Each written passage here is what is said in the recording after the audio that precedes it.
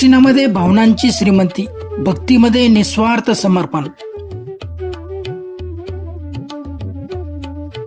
शिर्डीमध्ये साजरा होत असलेल्या गुरुपौर्णिमा उत्सवात श्रद्धा, भक्ती आणि समर्पणाची अमूल्य झलक बघायला मिळाली.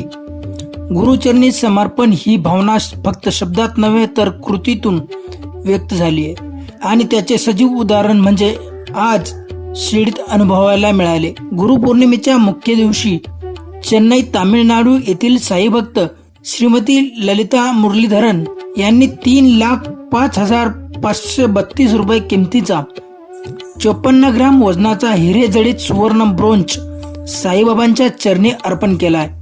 या भक्ताचा श्री साईबाबा संस्थांच्या वतीने मुख्य कार्यकारी अधिकारी गोरक्ष गाडीलकर यांच्या हस्ते सत्कार करण्यात आला.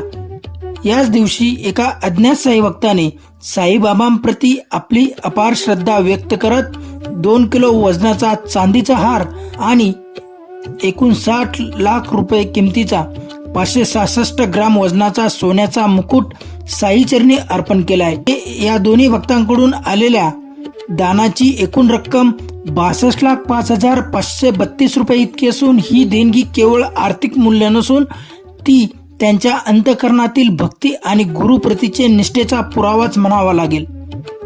गुरुपौर्णिमा म्हणजे श्रद्धा, नम्रता आणि आत्मशुद्धीचा दिवस. या दिवशी साईचरणी अर्पण झालेल्या देणग्यामध्ये भावनांची श्रीमंती आणि भक्तांमध्ये निस्वार्थ समर्पण झळकत असल्याचं दिसून आलं. शिर्डीतील या आध्यात्मिक वातावरणात प्रत्येक भक्ताने गुरुप्रती कृतज्ञतेची प्रचिती आणि साईबाबांच्या कृपा आशीर्वादात न्याहालेत.